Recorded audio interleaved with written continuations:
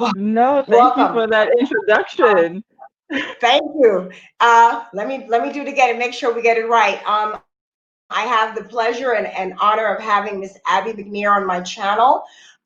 She is a globe-trotting, multiple degree pursuing, world schooling woman, mother of four, and wife. Welcome to my channel. Thank you for Yes, coming on.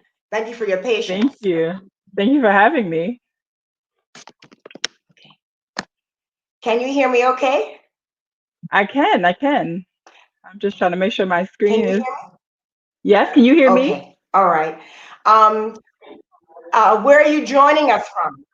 Thank you for It's being on my channel. Can you share with us where you're joining us from? Istanbul, Turkey.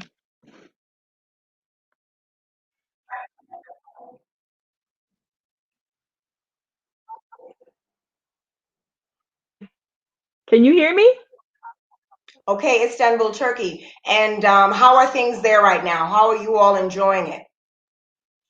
Istanbul is beautiful. The people are warm and caring, and they almost have an old. You're coming in and coming out.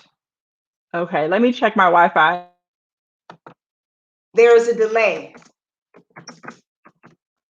Oh no.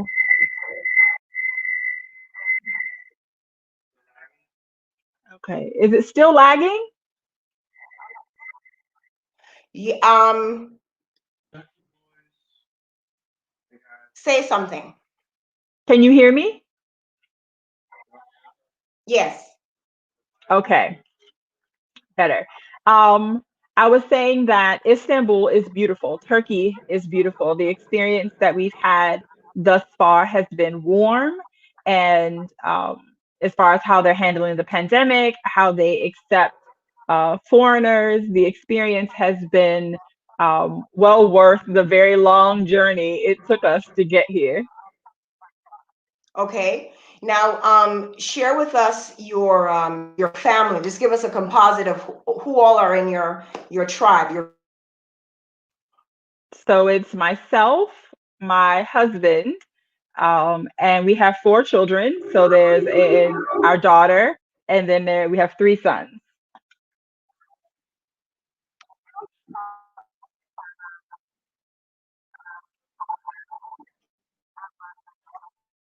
Oh, okay. I didn't know you only had one girl.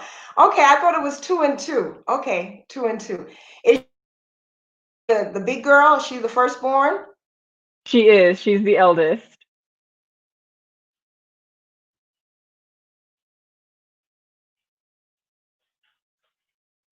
Is your daughter the eldest?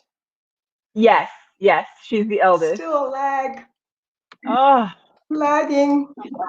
Okay, okay. Let me check my equipment. okay.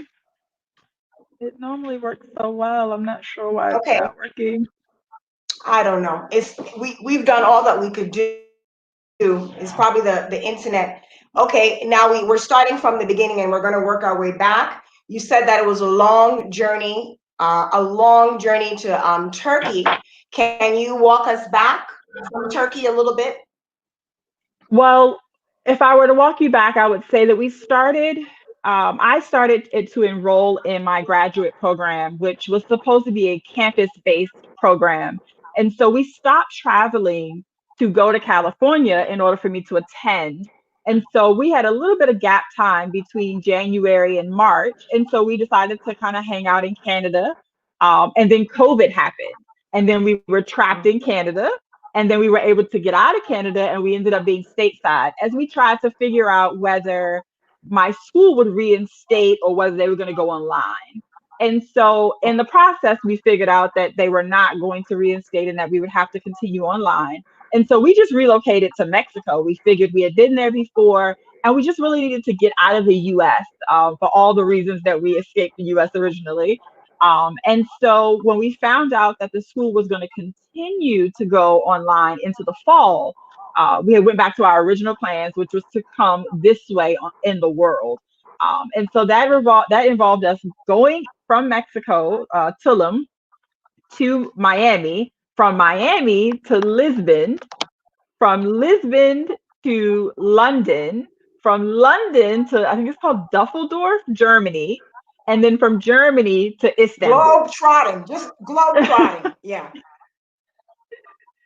So it was quite a journey to get here. It was 4 days of flight and layovers and sleeping in airports. But Sleeping we in have since airports. arrived. Yes, What? because we, as Americans, you're not permitted to enter into these countries. So, for example, Portugal, you can't enter into Portugal. So we didn't go through immigration or customs. So you had to just enter and transit. And so we stayed in the airport for 4 hours when we were in Lisbon, and then what was it, 26 hours in London, and then 10 hours in Germany before arriving in Istanbul. So it was a very, very long journey. But That Istanbul, is a Turkey has lot. made it all worth it. Yes, yes. That is a lot. Now let me ask you, when you going through all of these transitions, what was going through your mind? What was the temperament of your children, your husband? What were you thinking about? Did you have any regrets? Were you thinking, you know what, this is too much, because of COVID, because of so many things? Maybe we should just stay in the States. That sounds very challenging, very taxing. How was it? How was your mental state during that time? I think it was really about resilience and perseverance. We are professional travelers at this point, and we know that, although travel sounds romantic, there are going to be struggles. And just like any lifestyle that you choose, I think during the time of us actually transitioning, it was really about maintaining safety, wiping down seats, maintaining sanitary conditions, and really focusing on keeping our kids calm, cool, and collected. And really, they were back in their element. They were back in, what we had always done for them. And I think they trusted us in the process of keeping them safe. And so it was really just about gratitude to finally be out of the US, and back in our own space, which is essentially traveling for us.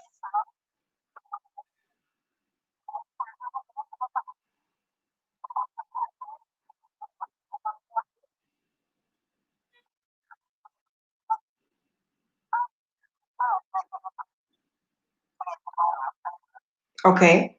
Um, everyone, Abby and I have been connected, I think, for maybe over 4 years now. And I remember linking with her when I was doing my research to move to Mexico. And we echoed and mirrored a lot of our mentalities are very similar. And, she said that they're professional travelers.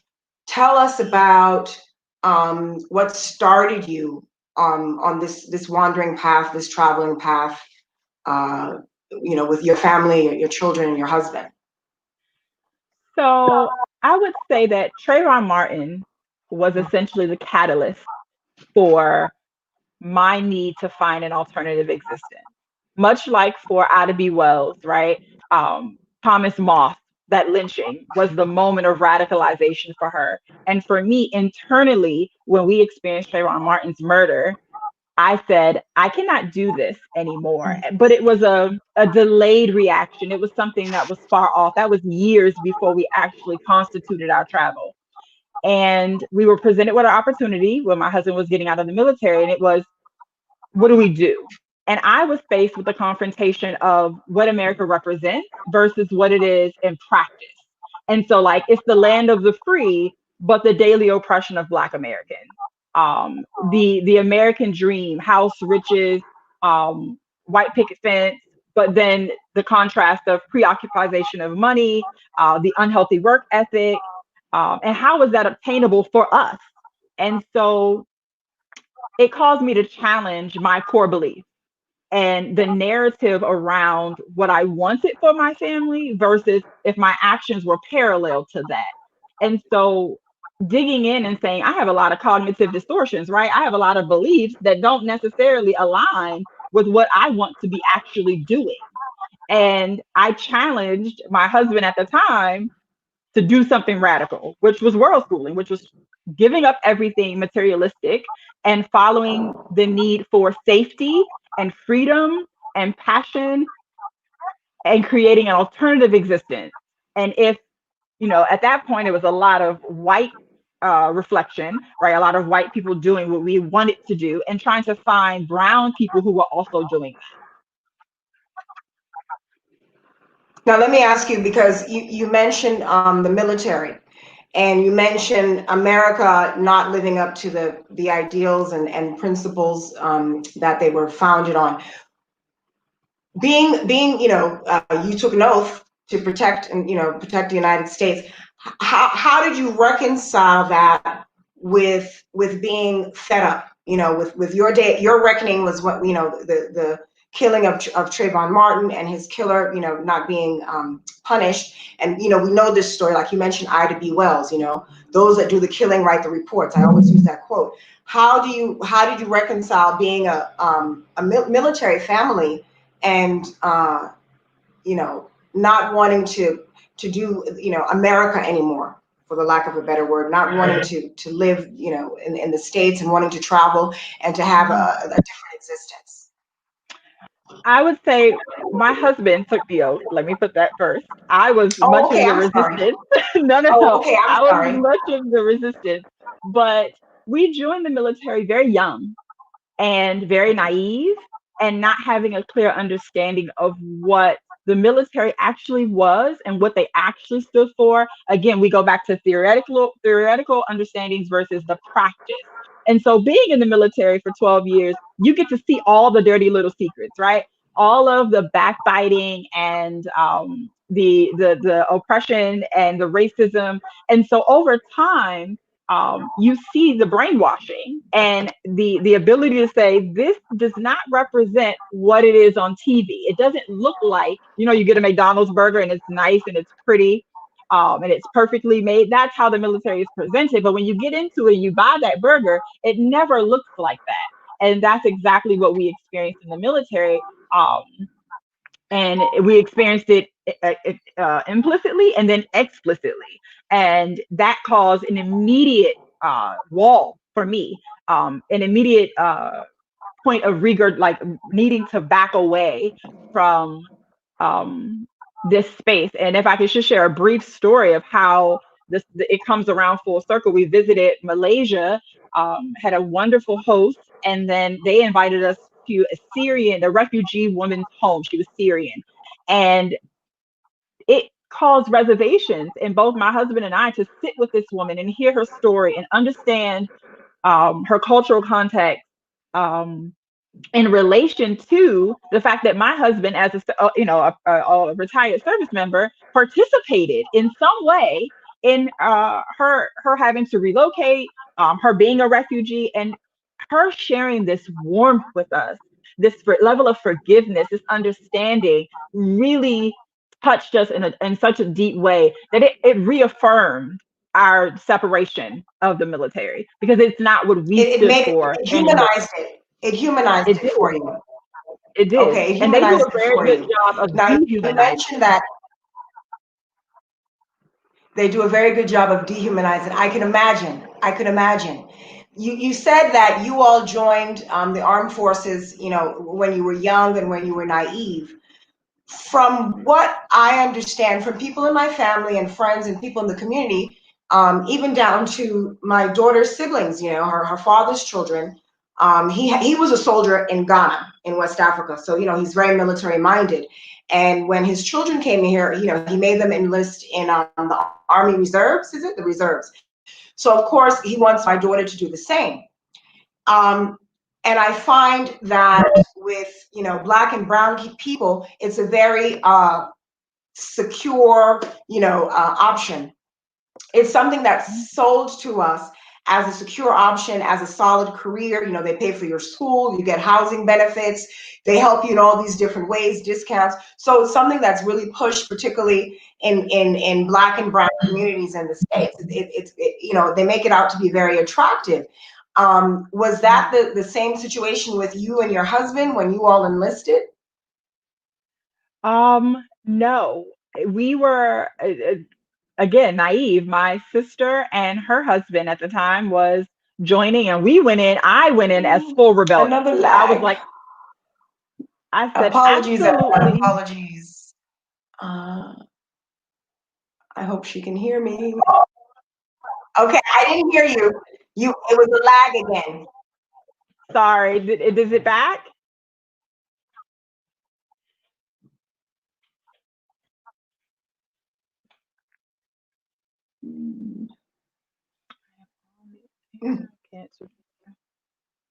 Let me know when you can hear me. I can hear you fully.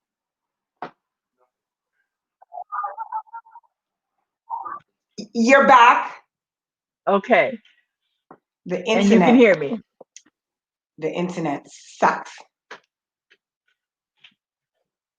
Yeah, Can I you have hear? full bar.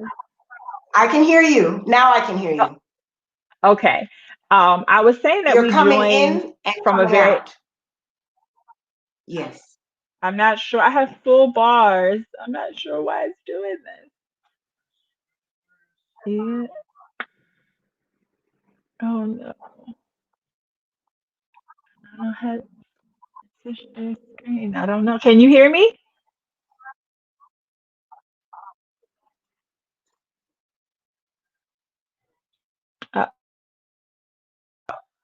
Oh no. Let me see.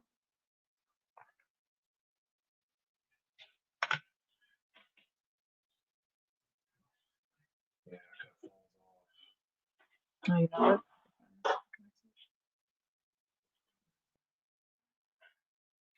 It may be her internet, maybe on her end. I'm not sure.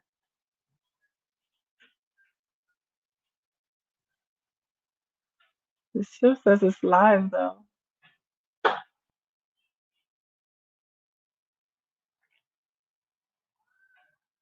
Okay. Why is this All right. Here we back? are. I don't know what's going on with the internet. Can you hear me? Can you hear I me? can hear you. Yes. Okay. Okay. Okay. So I think the I, point we got cut off is about the military, selling the military to Black and Brown people in the States. Very secure, attractive profession because of all the incentives. You know, they can help you buy a home, pay for your school, you get discounts, you know, good career move if you want to become a federal worker, lots of options. So this is the thinking of Amaris's father. And I and friends of mine, friends and family members that have joined the military. So I want to know if what was motivating you all to join the military? well, I would say the motivation was just the access. So my sister's husband at the time was in the process of joining, and I was against it. I fought, and I was like, no, this does not sound like a good idea. And we went in to rebuttal it. And we actually called friends who were in the Air Force and said, help me talk this man out of it. And but then when we went in, they did. They're good. You know, again, we're young, we have children, and they sold us the same hoop dreams. And you know, the military is very similar to the relationship that I have with America, in the sense that there are disparities and there is uh, struggle and there are hurdles and there is racism, but you can't denounce that having an American passport has benefits, that being American has benefits. And just like with the military, there are benefits. And so there are benefits. And although I don't advocate for my children to go to the military, I do understand why people decide to join, because there are benefits. And they sold it to us right after integration. They said, you know, at least you could be a postal worker or join the military. Those were your two options. And they still sell it the same way. When they advertise to Black communities, to um, underrepresented communities, it's always through the enlisted side of the house. It's always the working horse. But the leadership, the officers are often all white and mostly male. So the same dictates in civilian life, the same dictates in corporate life, applies Exactly. to the military. Yes. Um, why did you not reenlist? You know, when your husband reenlisted, you know, what went on there? At this point, how many children did you all have at this point? 4. Okay. but we decided that we did not want to participate in the system anymore. There was a Okay. point in me in resistance, and I took expiation as resistance. That was the way that I looked at my options, as I was very clear that this was not serving us, not just the military, but America. And I did not have to live under the thumb. I didn't have to live under the weight, and that there were other options. And people were living these other options. They may not look like me, but other people are doing it. And if they can do it, I can do it. How do we create an alternative?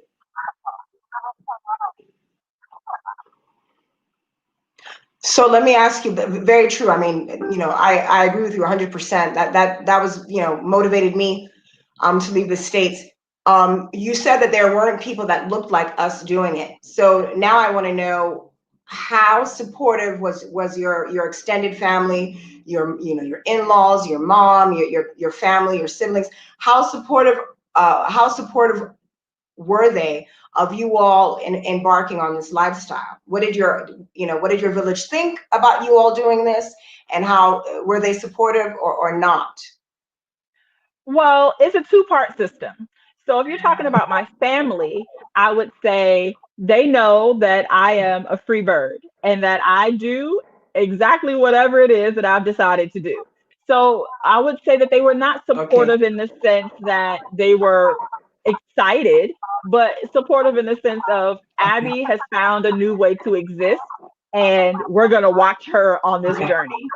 As far as my All tribe right. or my village, we were very intentional about creating our village. We don't use proximity to create our village. We seek that out, and so those people in my village were cheering me on. They were buying us, um, gifts, goodbye gifts. There was love and support. Off again, or maybe it's me. Okay, I'm here. I'm here. Okay. So you said that Uh, your people, for the most part, they know that you're going to do what you want to do. You're going to do what you want to do, and your extended global village, they were right on time with you and they supported you. My other question, with that is, why do you think, or you said that you didn't see too many people like us living this sort of lifestyle? Why do you think that is? Resources, the perception that we have of travel, um, and to be more, I think what we have to Mhm. understand is that much like allyship for non-Black or those not of the diaspora, proximity matters. And so liberation requires proximity to freedom. It needs to be present to change the narrative. And so we don't see it. And for most of us, we don't have the opportunity to explore if it could work for us. And so it's important that we create, you, me, and all the other people of color, Black folks that are traveling, to create that narrative for them and say, this is possible. But I think a lot of people are afraid. And I think a lot of people have a misconception about what travel looks like, whether it be that you have to be rich, or that it's not safe, or that traveling while Black is like being in America. All of these misdirections, I think that is what prohibits people, along with resources.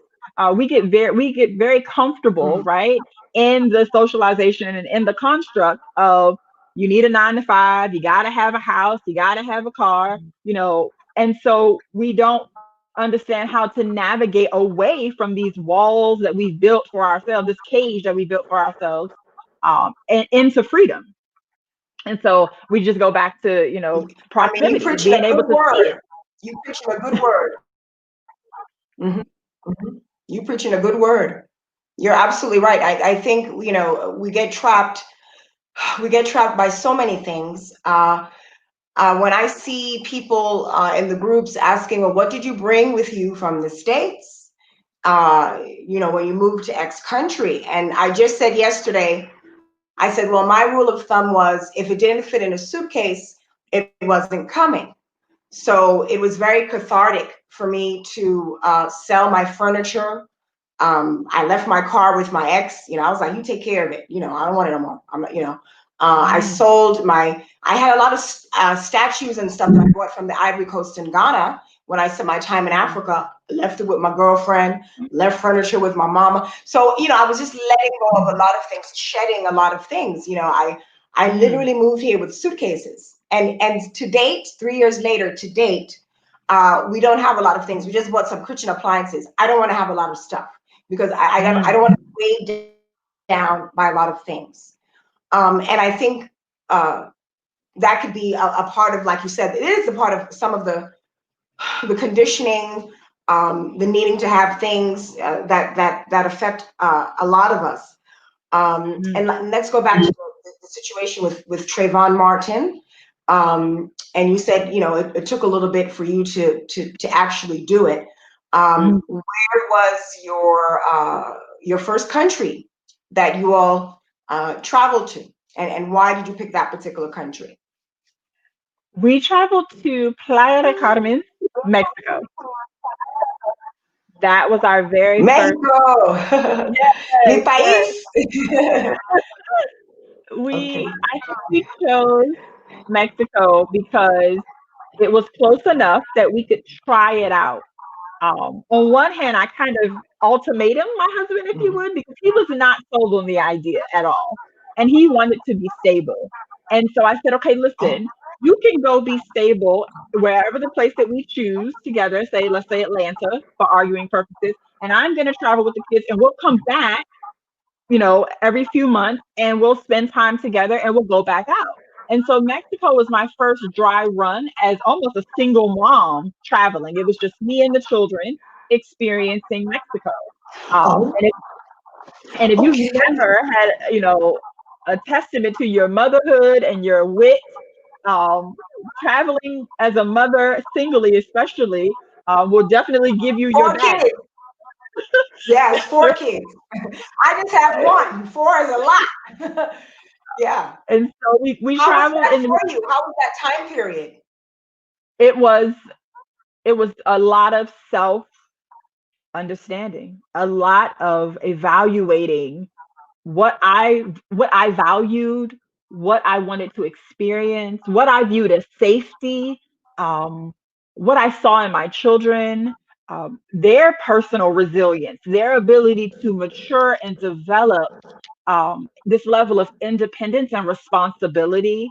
Um, and appreciation truly for my partner, and his presence and what he brought to our family, what he brought to the balance of our relationship. You never you understand how much you miss someone until they're not present. And so we've been together at 16 years, almost 17 years, so a very long time. And so him not being present really gave me a reevaluation of how much I appreciate his presence, and what, like I said, what he brings to our family. And so we left Mexico going to Cartagena, Colombia, and that's when he joined us. And when he experienced it, he was like, "This is what we're gonna do for the rest of our lives." And I was like, "Yeah, until we're done." And he was like, "I'm in. I'm sold." So Sell. Hobby was sold. He was So he was sold. sold. Now, I remember you discussing, your husband works out, right? He goes to the gym, health Yes. conscious. And I remember we connected on, you didn't have to worry about him because you were in Colombia at this point, and he went to the gym or something. And you were like, you know what? I'm not worried about it. I don't have to, like, have pains in my stomach and be anxious because my husband went out by himself, my black man, my husband, father of my children. And obviously I got that. I got that immediate with you, and me and you connected. What was that like in Colombia, those first couple of weeks with him now? You're all together as a family, and you're just seeing him in a different headspace. What was that like? Wow. I mean, I think I have to start with W.E.B. Du Bois, right? This level of double consciousness. And so, defined basically by internally feeling one way, but then having to present yourself differently, on an external level. And it's really based in survival, right? It's being aware of how your Blackness is perceived and how it's interpreted by others, mostly non Black people. Um, and so, I remember the moment in which the weight of this double consciousness was lifted. And it was in Cartagena. And you are describing that moment, that weight when I could realize that he was safe in all of his stature, because to understand, my husband is 6'7", 280 pounds. Easy. He's a football player stature. So we're not talking about a meager, smaller frame man. So when he presents himself in all of his blackness and all of his stature. And so in America, that means minimizing himself, physically appearing smaller in order to not um, offend, right? It's about him being very humble and intentional with the way that he communicates with people. And so in Cartagena, there was, like you said, the moment when he was able to go, he had actually went to the store. He had walked to one store and had not, the store didn't have what he needed. And so he texted me and said, I'm gonna walk another 3 or 4 blocks. And I was like, oh, okay. And when I realized that I didn't go into a panic, I wasn't saying, let me come with you, or let me send one of the kids with you, or make sure you text me when you get there, was the moment I realized that I no longer had to walk around with this weight. And you don't even know that you're carrying it until you put it down. It really is the simple moment We of are back. freedom, Yes.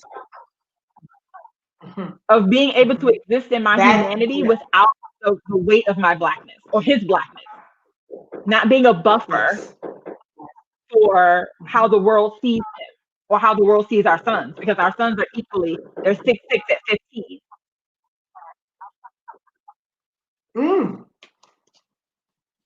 You got beautiful, beautiful. So many things I'm connecting with you on. You know, your mental state, you know, you were in a better space, your husband was in a better space, your children. I guess, you know, my next question, and you know, this, let me come back. A brother that I know here, he's from Atlanta. Well, he lived in Atlanta, he's from California, a black man, he's a doctor here. And he always says that he can really be his full masculine self in Mexico.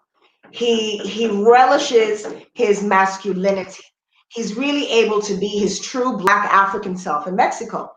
And I think you alluded to that with your husband. You know, there's, you know, in the States, because of his presence, because of his skin color, you know, people are intimidated by him. You know, they're intimidated by black, scattered black, brown.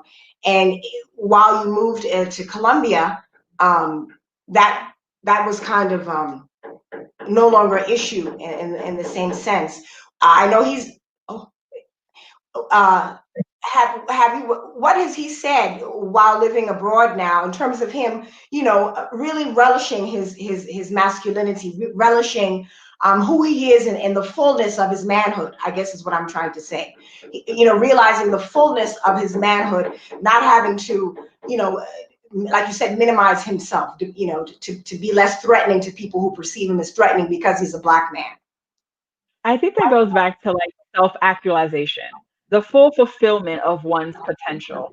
And when you are walking in America, you are walking with the responsibility, the declaration of involvement and of your blackness.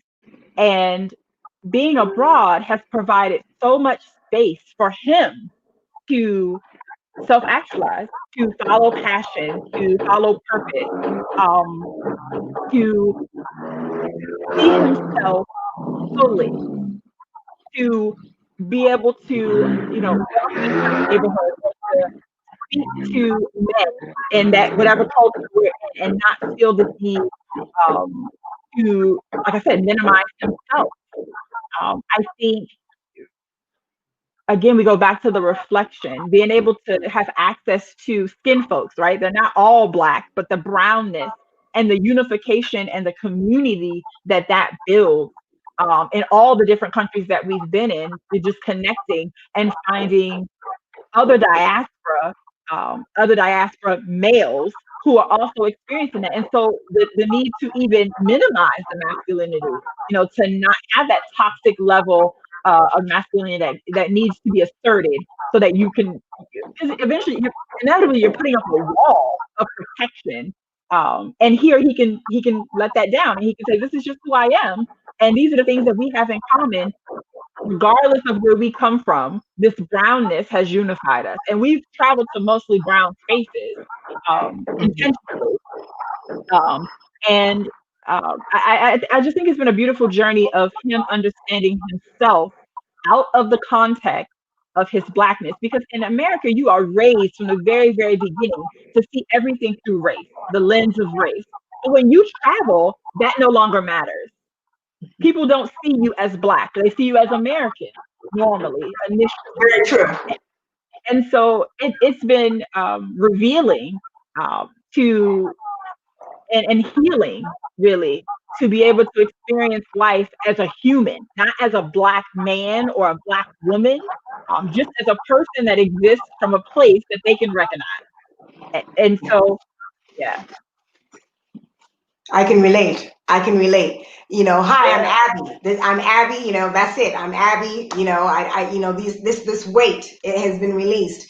How have your babies adjusted? What was that like in Colombia when your children first arrived and the transition? How did they adjust to that? When we arrived, okay, so if you look at Colombia on any type of advertisement, they whitewash it, right? It's very European centric, the Mm, model. And so when we arrived, I was expecting that.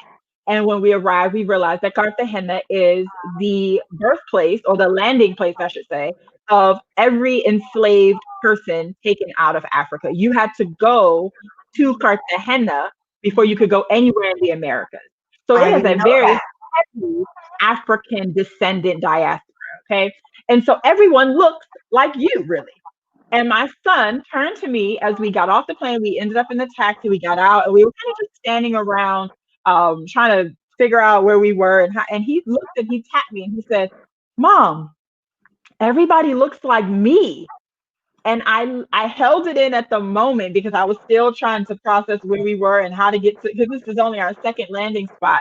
But I remember being in the apartment, finally in the flat, and crying real deep tears of um of pain and joy. The pain that he was that he had to have figured out that he was different. He was an other in his birthplace, but joy that he has found his reflection here and he felt represented and safe just in the fact that they looked like him. And so from that standpoint, it became our He duty. mattered.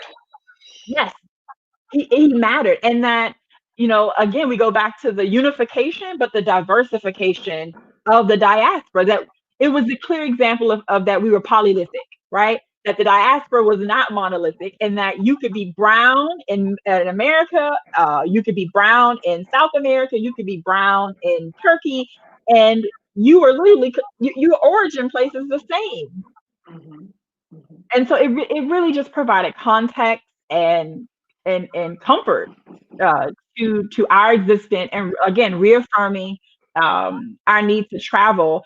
I would say also that it helped me to understand the position that we were occupiers, and so it really made me want to teach them from that perspective, the basic understanding that you are a visitor to this place and that you Mhm. need to have respect for the community and the culture and not come in as a colonizer, right? Taking up space and demanding that people assimilate to you, whether it be religious based or cultural based. We come here with respect. We're not going to take that American mentality as we travel. And so dismantling that idea that because you are in this space, you own this space. I agree 110%. I don't know. Are you noticing, to speak to that in terms of not having this colonial mindset, having respect and awareness and cultural sensitivity to the spaces that you occupy? Are you seeing a trend amongst the Black diaspora from the United States? Are you seeing anything in the groups online, people you talk to, where people are imposing their Americanness, the American culture, Black American culture, or applying their mentality to Black and brown countries, and Black and brown countries abroad? Have you noticed anything like that? I would say not in the people that I commune with, but I understand the possibility because in order to make changes in the right direction, you have to first be aware that you are wrong and that how you are existing needs to change. And so I could understand how people could leave America being groomed and nurtured in that white supremacy colonialism environment and then taking it abroad. Mhm. But I find that people who expat versus people who travel are less likely Mhm. to carry those traits with them and are very much more open to the culture that they want to exist in, and more open to accepting other ways of thinking. And so, although I have not seen Okay. it personally, I do understand how that could be represented. Mhm. Okay. My next question to you is, let us know how many countries you've been to, and what's your favorite country, if you have a favorite country, and what's your next country? Okay, so far we've been to 17 countries. To 17. date, I would have to say Turkey is my favorite country, thus Oh, far. Um, okay. and I'm only saying that because I have not set foot on the continent. So I'm holding tight that that will be where my heart really thrives. And as far as next country, we honestly don't know. We are going to be in Turkey until the end Okay. of October. And things are changing so rapidly with COVID. That we aren't able to pinpoint where we're going to be. I know that Egypt just recently opened up for American citizens. And I know that Ukraine also has opened up for American citizens. Mhm. We do want to stay on this side of the globe. So we'll probably just try to go hop over somewhere nearby. I am hoping to get on the continent because I know Tanzania is also open to Americans. So we don't know where we're headed, but hopefully somewhere on this side of the planet. Okay. Now let me ask you. I want to know about the day to day. Okay, you know, you travel the globe. You are pursuing degrees, and you also have to educate your babies. How are you managing? You know, how are you managing all of that? You know, with your family. I think when you don't have the weight of the world, and I mean both financially, I mean racially, I mean just all of the responsibilities that go into everyday living, you have the freedom to create your world. And so on a normal day, I would get up at about 3:30, 3:45 in the morning because we're here in Turkey. And my school is California time, so I have to be present for them. And I do about 2 hours of school, so from 4 to 6 normally.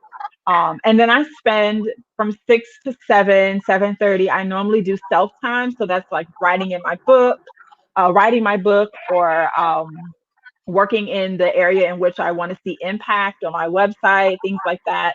And then I normally go to the gym for about an hour. So my personal trainer, shout out to Jay Cosby Fit because he don't play no games. He's texting me like, aren't you supposed to be somewhere? So I hit the gym for about an hour, hour and a half.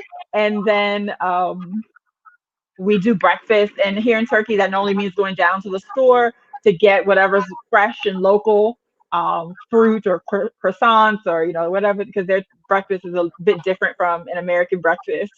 And so we normally start school at about 10 with the children, and they do school.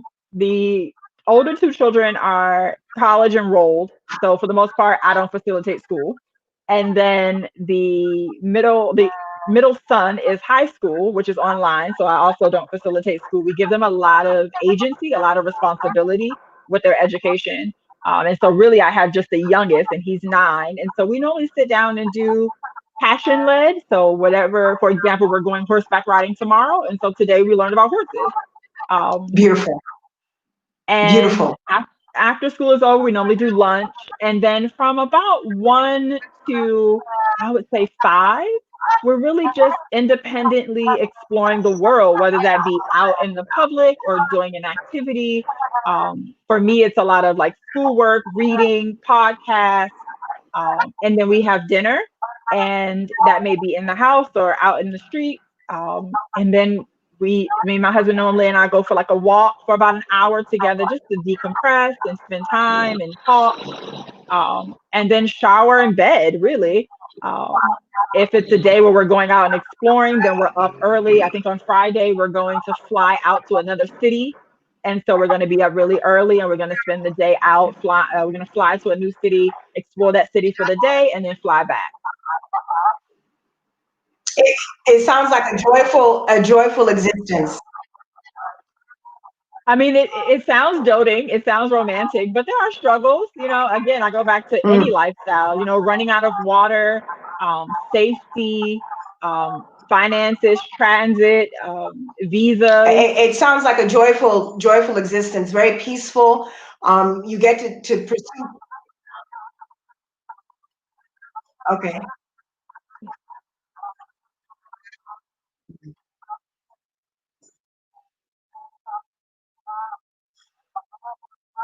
Mhm.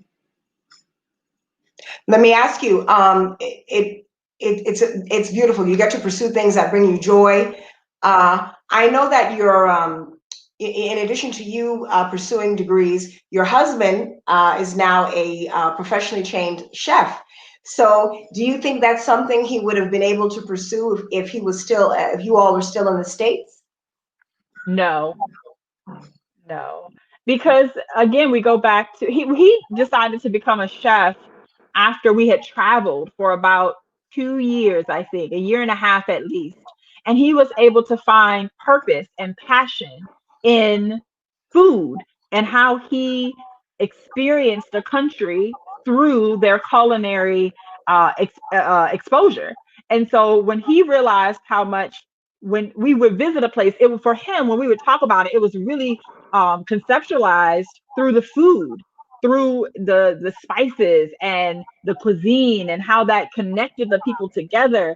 And so that's how he ended up following the passion of becoming a chef. And we would have never been able to even see that in him because really, the pressure of maintaining house and finances and children and all of those things bombard us all.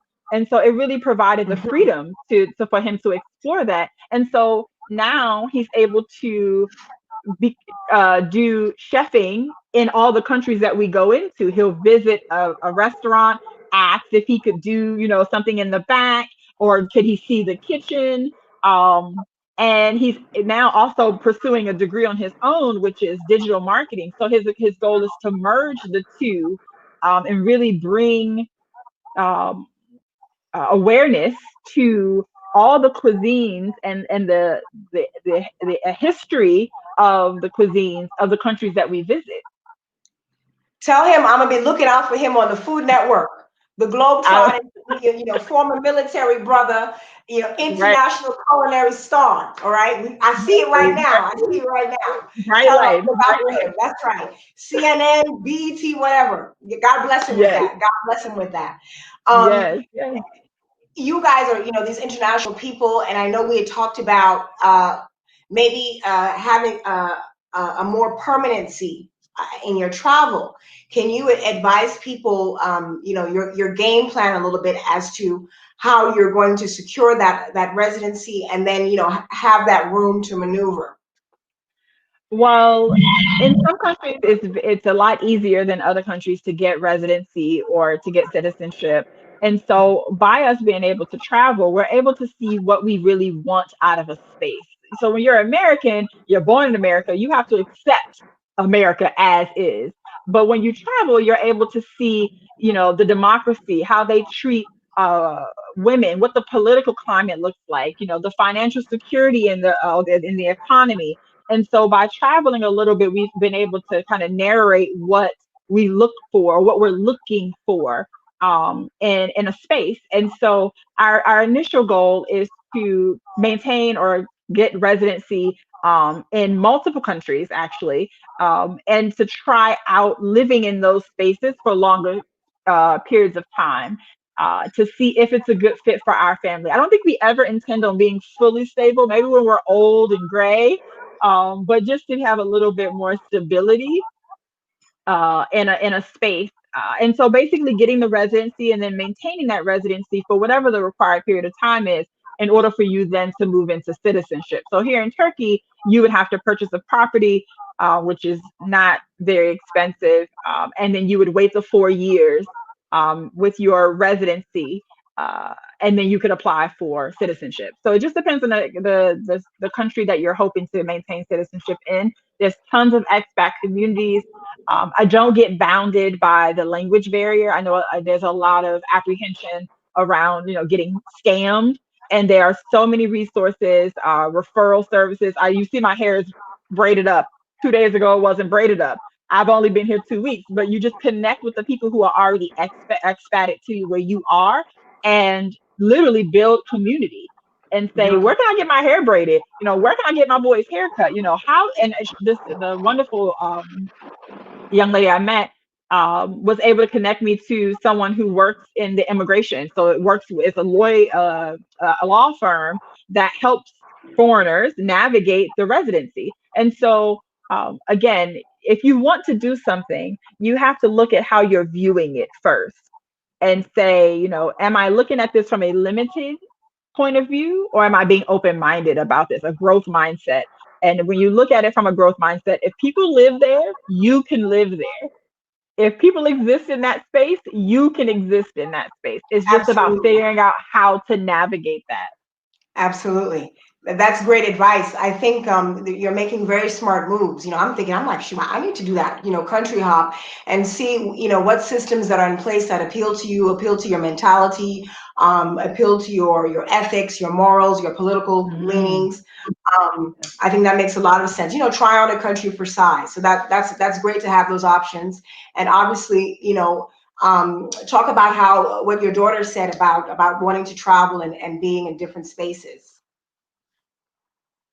Traveling has always been about providing them with a point of view that was not bounded by their Blackness or their gender or their origin.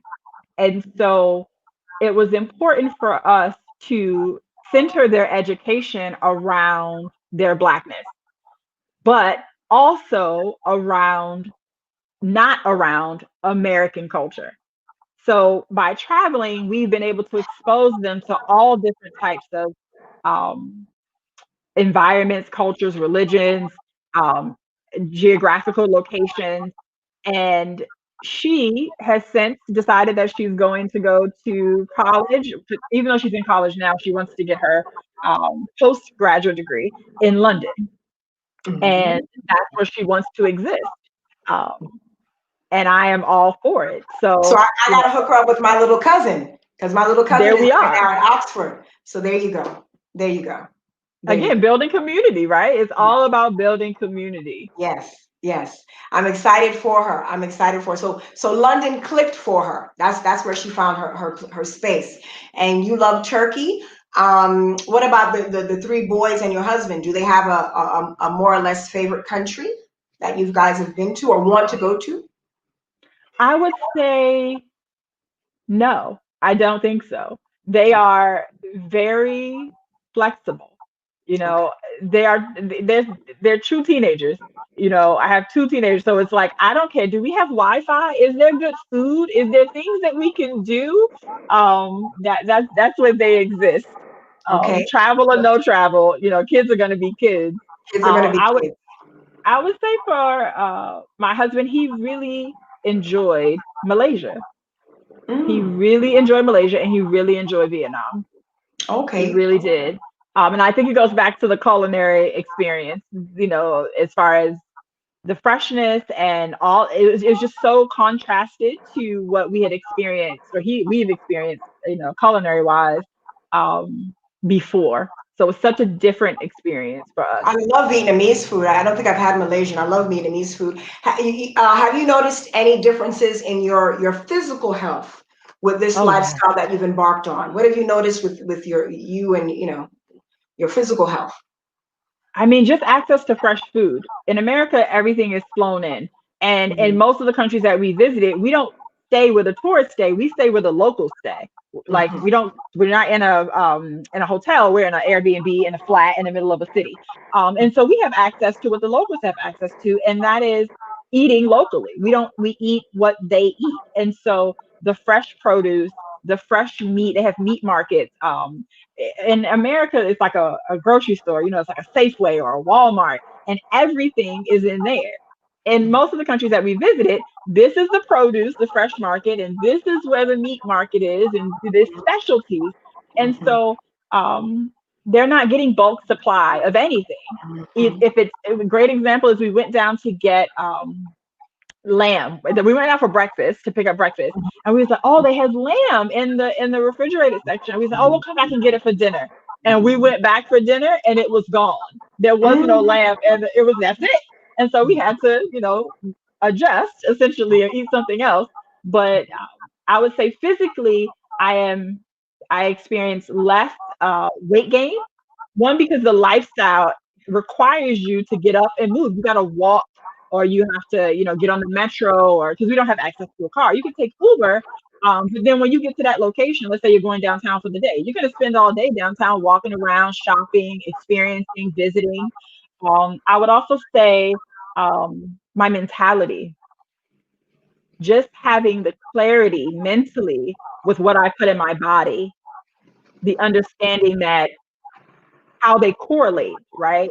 What I put in inevitably affects my mood, my energy, the ability to slow down and not just because the hustle of American lifestyle is go go go, fast food, grab something on the way to the basketball game or on the way to school or on the way to work, and so being able to slow down and be more intentional with what I eat has made a significant difference mhm. in my overall health. In your overall health, in your overall And the health. access to affordable medical care has also made a tremendous difference. Isn't that a huge deal? That's such a huge deal. And that you're eating, more organically, you're eating food that, locally sourced, farm to table. What is it? Soul food, seasonal, organic, under processed, I think, and local. I think Mhm. that's the Mhm. acronym. We need to eat soul food, like our ancestors, our antecedents, Yeah. grandma, grandpa, how they used to eat. And we're kind of getting back to that in these countries, for the most part. Mhm. I want you to, I guess, to finally ask you. I know people who follow me, particularly two women. They're both moms, and they're moms who have multiple children. Um, what would you advise them? One woman is married and the husband is not on board with moving. The other one, I don't know if she's married, but they have questions. They want to do it, but they find it very daunting. But they want to do it. Um, what would you advise them as to how to make this happen? How to make this happen? One of them, I told her, uh, even though I was scared, you know. But I said the thing, and then this is a quote that I see all the time. The thing I wanted was on the other side of my fear, and I'm still Mm. scared. I'm still worried that hasn't changed. But I still have. I'm still going to do it. What would you advise these women, sisters? They have their children, have their husband, and they want to do it, but uh, they're scared. Maybe they're not getting the support. What would you tell them to make it happen? I say everything starts with the mind. Everything starts in the mind. And my professional and passion led agenda is change the narrative. And it's founded in the narrative that we tell ourselves is also very narrow. And when we start to see the world from a broader place, we can attain those things. And so I'm going to get down to very fundamental uh, goals or steps. Write down what you want and what you have, and find out where those lists meet. Because if you are looking for freedom, you'll never find it in America. If you are looking for peace, you'll never find it at work. you have to really get down to doing some of that self-work, dismantling some of those core beliefs that limit you from being able to exist in other spaces. And when you create these lists, find out what's holding you back. What's holding you back? Is it financial? Is it mentality? Is it that you're afraid? And then figure out how to dismantle those things. So if it's financial, you have debt. Think, give you a story. This I heard a quote. It says, and I don't know who said it. It says, "The day you plant the seed is not the day you reap the fruit." And that's to say that it's a process. So if you are struggling financially to get to a place of travel, then how do you dismantle that? How do you challenge that? How do you pay off that debt?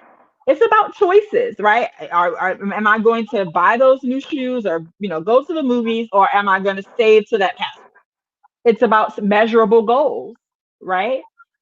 I want to be able to pay off this debt in this period of time, and this is how much I have to do every month to meet that goal. If it's about fear, go seek access, shorter trips, building community with women like us that are already doing whatever it is that you want to do. Understanding that travel does not look the same for everyone. For example, you are very stable. You have created a home in Mexico. And I don't. I travel every 30 to 90 days to a new place. And it doesn't have to look like either of our measurements. It can look however it looks for you. I think those are just the core ideas. It's really about identifying what's stopping you, because you can't challenge or change your narrative until you can identify it. What is stopping Until you? you can identify it. Amen. Amen. Absolute facts. Share with us where we can reach you. The only place to really reach me is on Instagram. We are Where can we reach you, Abby? At All We Do Is Wander on Instagram. I'll be broadening that to change the narrative soon, and I hope that you guys can also join me there. I forgot to ask you. Oh yeah, yeah. She has her website coming. Yes. What about? I forgot to ask you. What are your degrees? What are your degrees? What are your degrees in? I have an undergraduate degree in psychology, and I'm currently pursuing my master's degree in clinical therapy. So Very I good. will soon We need be a sisters in mental clinician. health. Yes, Yes, mental health is yes, crucial. We need brown people in mental health. Best wishes with absolutely. that. Yes, best wishes with your, getting a degree, with your children and pursuing their dreams and their goals, with your husband and pursuing his dreams and goals. And I hope to catch up with you. Catch up with you in Africa would be really cool. Yes, it would be. Yes, it would be. We were planning to go. Maris's dad was going to Ghana. I think he was going towards the end of the year, but everything is up in the air with COVID, and so we were gonna go. I've been there before, but she hasn't been. So that would be her first country, and then I was gonna slide over to the Gambia, but this COVID, everything is up in the air. Yeah. I hope you enjoy your time in Turkey. I hope you make it to Africa, and if you come by Mexico again, estoy aquí para nosotros. Bienvenida a mi casa. I wish you the very best, my sister. The very, very best. Thank you so much. Thank you for having me. Thank you. Okay, thank you very much. All right, bye. All right, ciao. Bye. Okay. All right, this was Roxana Bangura of the Roxana Bangura channel here on YouTube. And the Bangura Chronicles on Patreon and Facebook. You can contact Abby at All We Do Is Wander, and that is on Instagram. And look out for her website and everything. Thank you for joining us, and take care. Bye-bye.